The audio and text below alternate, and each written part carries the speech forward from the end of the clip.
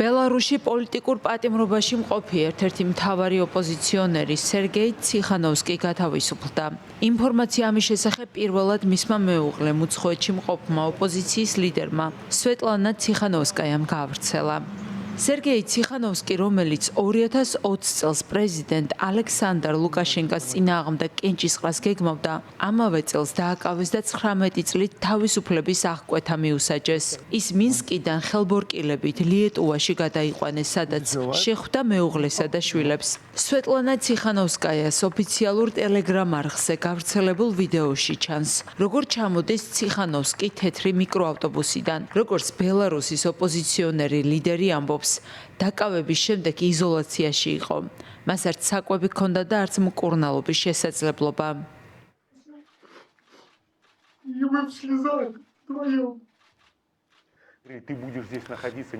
ეს ნამდვილად წამებაა. ციხის თანამშრომლები მემუქრებოდნენ, რომ აქ მხოლოდ 20 წელი არ ვიქნებოდი.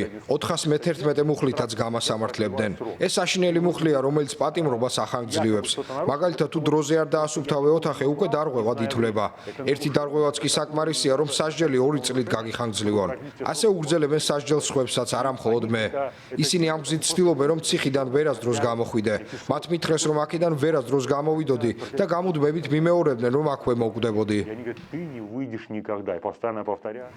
ციხანოვსკისთან ერთად გათავისუფლდა კიდევ 13 პოლიტპატიმარი, მათ შორის რადიო თავისუფლების ჟურნალისტი იგორ კარნეი, რომელიც ექსტრემიზმის ბრალდებით იხდიდა 3 წლიან სასჯელს.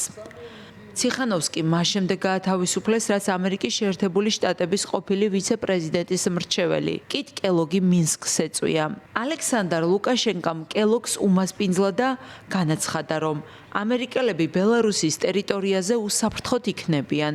ანალიტიკოსები მიიჩნევენ, რომ ბელარუსი ცდილობს დასავლეთთან ურთიერთობის ლეგიტიმიზაციას და სანქციების შემსუბუქებას. ციხანოვსკი უკვე გეგმავს პოლიტიკაში დაბრუნებას და ამბობს, რომ მხარს უჭერს უკრაინას. მისი განცხადებით, რუსეთი ბელარუსის დიქტატურის მხარდამჭერები არიან და სწორედ ვლადიმერ პუტინის დახმარებით შეძლო ლუკაშენკამ რეჟიმის შენარჩუნება.